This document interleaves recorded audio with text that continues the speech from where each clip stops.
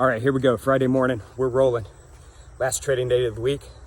Time to get after it. Two things you need to know today. One, Prime Minister Shinzo Abe of Japan, longest standing prime minister, has announced resignation last night. Nikkei trades lower as a result. Seeing big moves in the yen, strength in the yen off of this news. Speaking of currencies, two,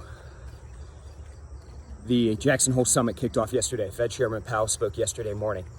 Gist of what he said, what you need to know, is that rates are going to stay low for the foreseeable future.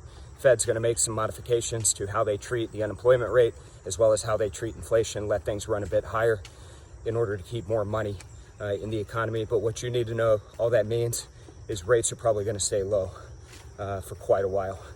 On the back of that, what did we see? Saw the dollar get crushed. Another leg higher in the euro, another leg higher in the pound. And as we just mentioned, the yen. So some big moves over there in the currencies over the, let's call it past 36 hours. Look at some of these other markets. Precious metals also moving. Gold trading north of 1% higher, approaching that $2,000 an ounce again. And silver trading over 2% higher this morning. Oil pretty flat. Again, Hurricane Laura made landfall, starting to get downgraded. Not seeing any big moves as of yet in oil. Equity markets trading higher, heading into the open.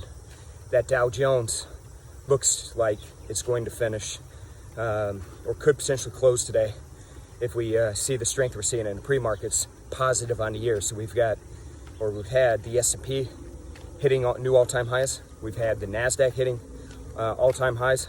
Looks like that Dow is going to have quite the recovery since those March lows and actually finish positive if we close today higher on the year. So big news there.